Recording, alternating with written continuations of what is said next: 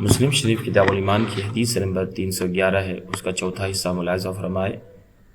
حضرت خدیجہ رضی اللہ تعالی عنہ پھر نبی پاک صلی اللہ علیہ وسلم کو اپنے چچا زاد بھائی ورقہ بن نوفل کے پاس لے گئی، جو زمانے جاہلیت میں عیسائی مذہب پر تھے اور انجیل کو عربی زبان میں لکھتے تھے، بہت بوڑھے ہو چکے تھے اور بینائی جاتی رہی تھی۔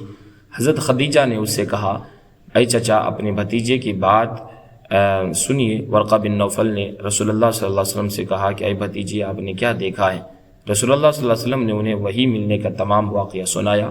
ورقہ نے کہا، یہ وہی فرشتہ ہے جو حضرت موسیٰ علیہ السلام کے پاس وحی لے کر آیا تھا۔ کاش میں جوان ہوتا، کاش میں اس وقت زندہ ہوتا جب آپ کی قوم آپ کو وطن سے نکال دے گی۔ رسول اللہ صلی اللہ علیہ وسلم نے فرمایا، کیا وہ مجھ کو واقعی نکال دیں گی؟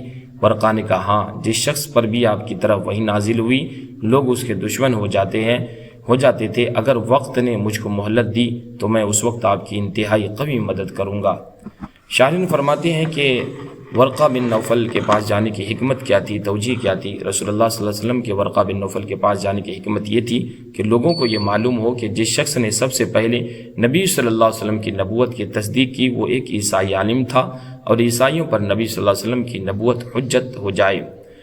اور حضرت موسیٰ علیہ السلام کا اس لیے ذکر کیا کہ تمام یہودی اور عیسائی ان کو نبی مانتے تھے۔